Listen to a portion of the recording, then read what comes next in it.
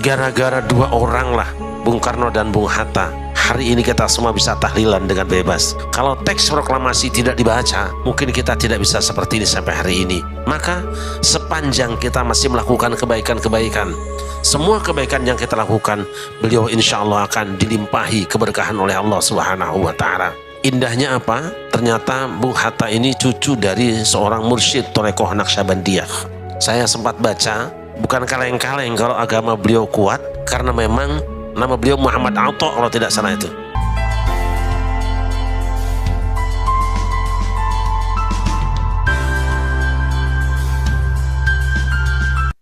Alhamdulillah wassalatu wassalamu ala rasulillah wa ala alihi wa ashabihi wa man tabi'ahu wa ala hamma ba'du. Hadratal Mukarramin, para alim ulama, para guru, bil khusus Kakanda,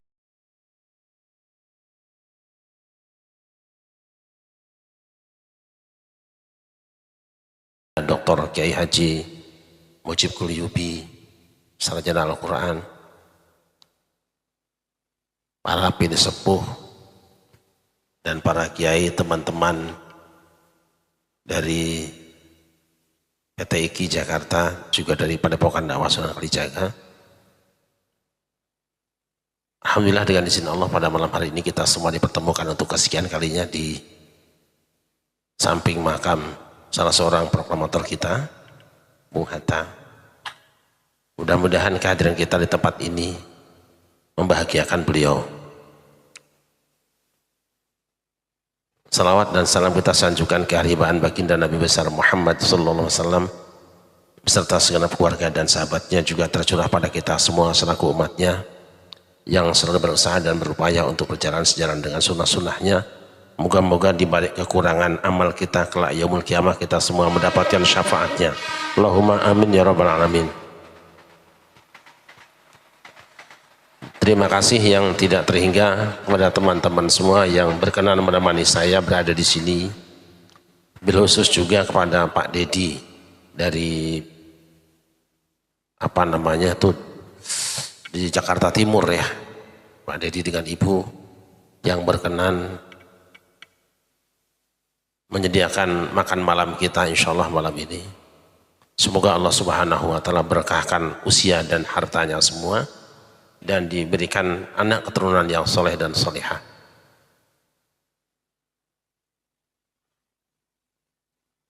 Kiai Mujib ini seperti disampaikan tadi, teman seasrama saya,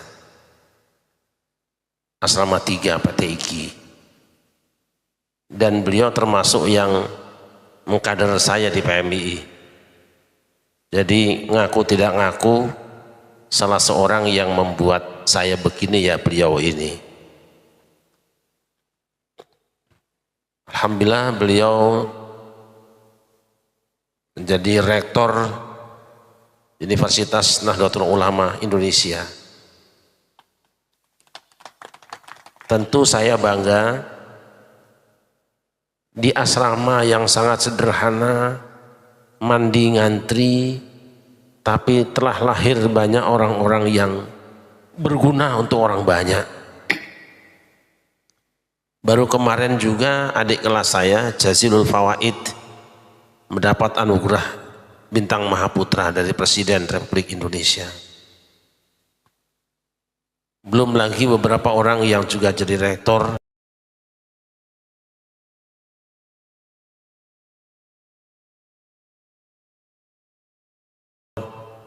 Jadi saya cuma ikut senang, ikut gembira, dan tentu ikut mendoakan.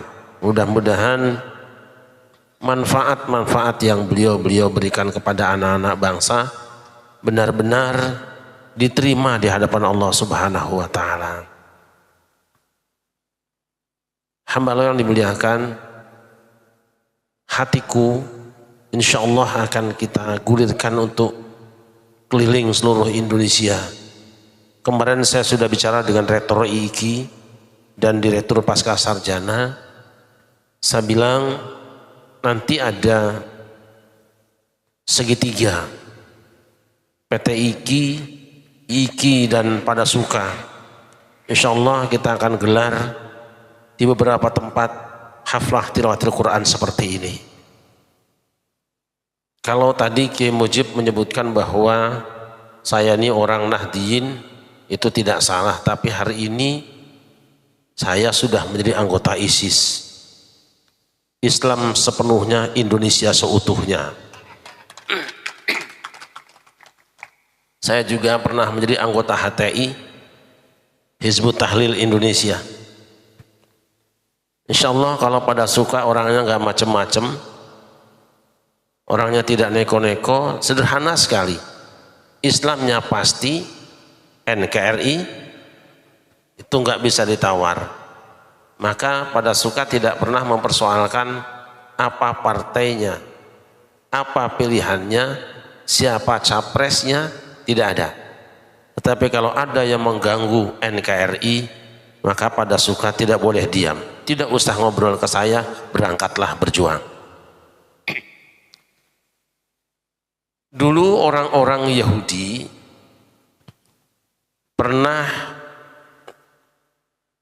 minta terus kepada Allah supaya Rasulullah yang namanya Muhammad itu segera didatangkan, karena diyakini hanya dengan kedatangan Muhammad perubahan dapat dilakukan dan kehidupan dapat diperbaharui.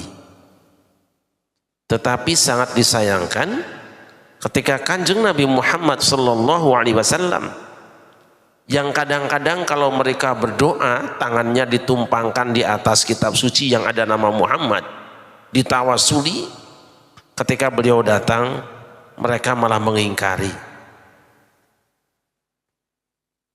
Allah mengatakan, falamma ja'ahum kitabun min 'indillahi musaddiqun lima ma'hum wa kanu min qabli yastaftihuna 'alal ladzina kafaru falamma ja'ahum ma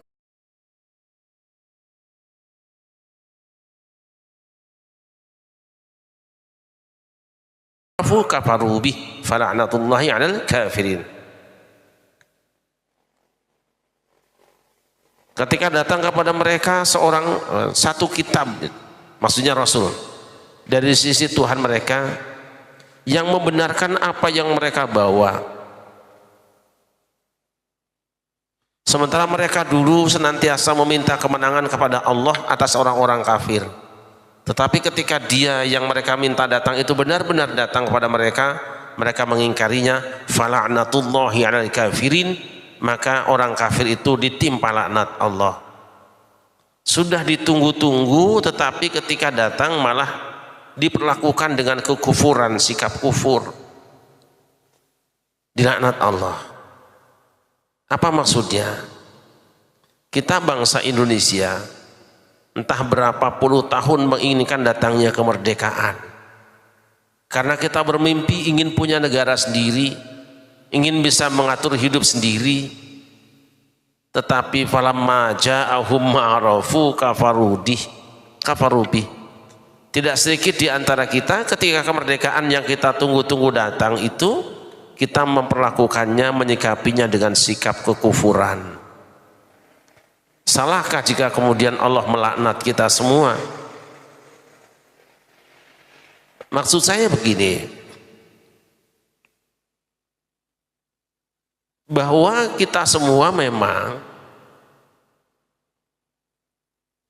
menampakkan sikap bahagia gembira dengan pasang spanduk di mana-mana, dirgahayu kemerdekaan RI, judulnya tasyakuran, judulnya teriak-teriak merdeka, merdeka. Ya memang sudah merdeka.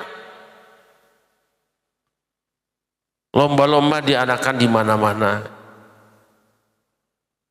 Tetapi apakah perilaku kita mencerminkan orang syukur atau sebaliknya? Sebab Al-Quran menceritakan, wa ma kana salatuhum 'indal baiti illa muka'aw wa tasdiyah fadzuqul 'adzaba bima kuntum takfurun. Kita tahu sholat itu adalah ibadah terbaik, dan kita tahu Baitullah itu tempat terbaik. Maka siapa orang yang melakukan sholat di Baitullah nilainya 100.000 kali. Tapi ada orang-orang yang sholat di Baitullah, tapi oleh Allah diancam fadzuqul adzaba bima kuntum takfurun. Rasakanlah siksaan dari kami karena kalian melakukan kekufuran. Mengapa? Judulnya sholat, tempatnya Baitullah, tapi Allah ngancam dengan siksa dan dianggap kekufuran.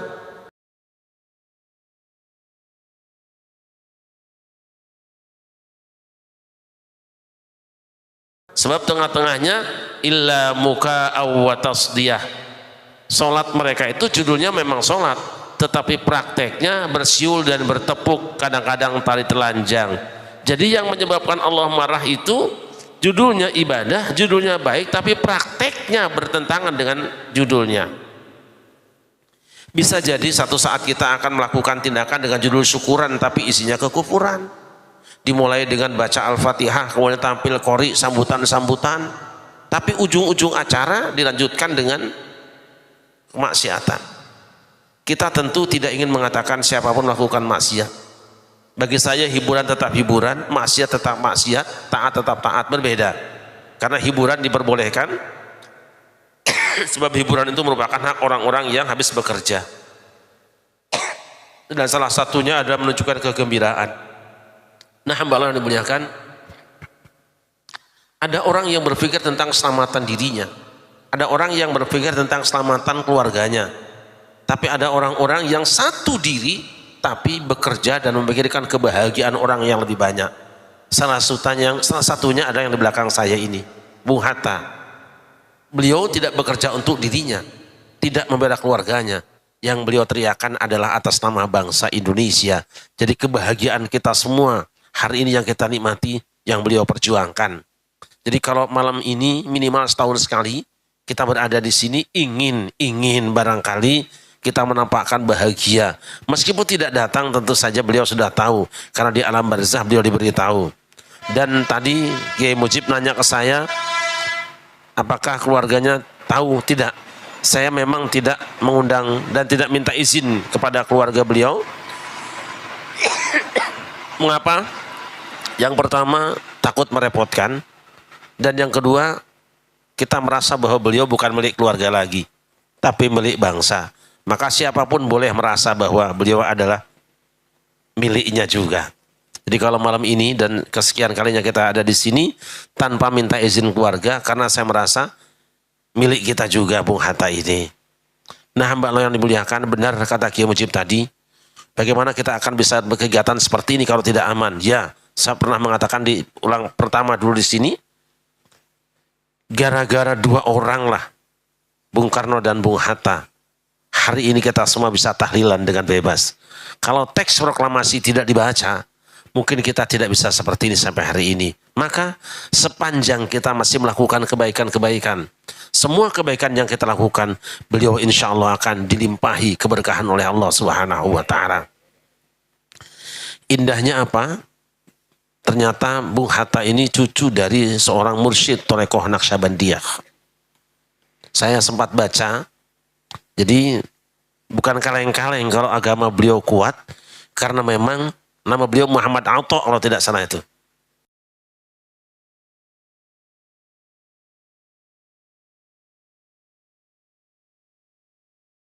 Jadi bukan Hatta, Atta, ya, biasa. Sama orang-orang di Sumatera kalau nyebut Muti'ah jadi Mutiah.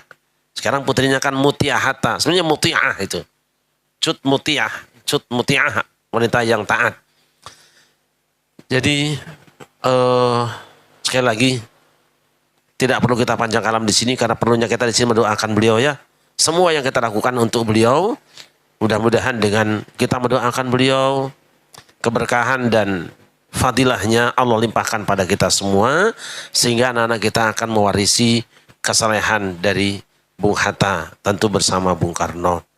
Atas nama keluarga besar Pada Suka, sekali lagi mengaturkan banyak terima kasih kepada Dr. Mujib Kulyubi, Kiai Haji Abdul Khaliq Rasyad, dan Kiai Haji Mahdawi Kani, juga teman-teman PTIQ semua yang berkenan hadir, juga tentu keluarga besar Pada Suka.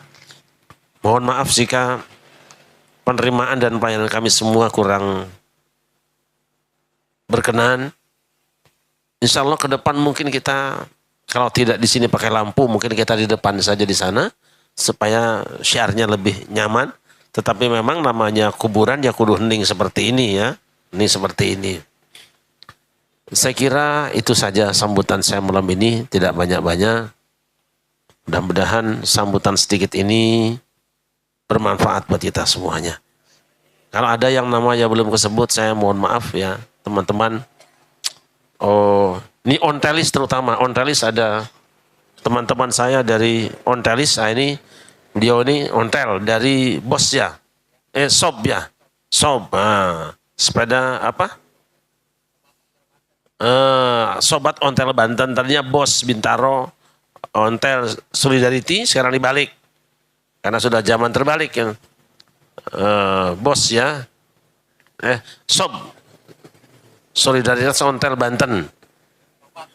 Sobat Ontel Banten. Aduh, ini takut banget solidaritasnya. Ada juga teman-teman yang lain tadi ya. Terus ada yang ontel dari sana, dari Ciracas. Mas Gunawan. Nah, ini teman-teman ontel biasa. Kalau beliau sudah biasa ontel sampai Surabaya bolak-balik sudah rutin. Kita memang tidak ngabari beliau-beliau, tetapi karena beliau tahu sekedar yang terbatas, yang dekat-dekat saja. Terima kasih berkenan bergabung dengan kami semua di sini. Nah, di sini pada suka tuh ada yang gemuk seperti Ustadz Muhammad Fikani ini. Nah, ini beliau nih. Nah, tapi lain karirnya nih. Sama-sama besar badannya, tapi tidak tahu suaranya bisa dicoba kan. Karirnya lain. Dia tetap jadi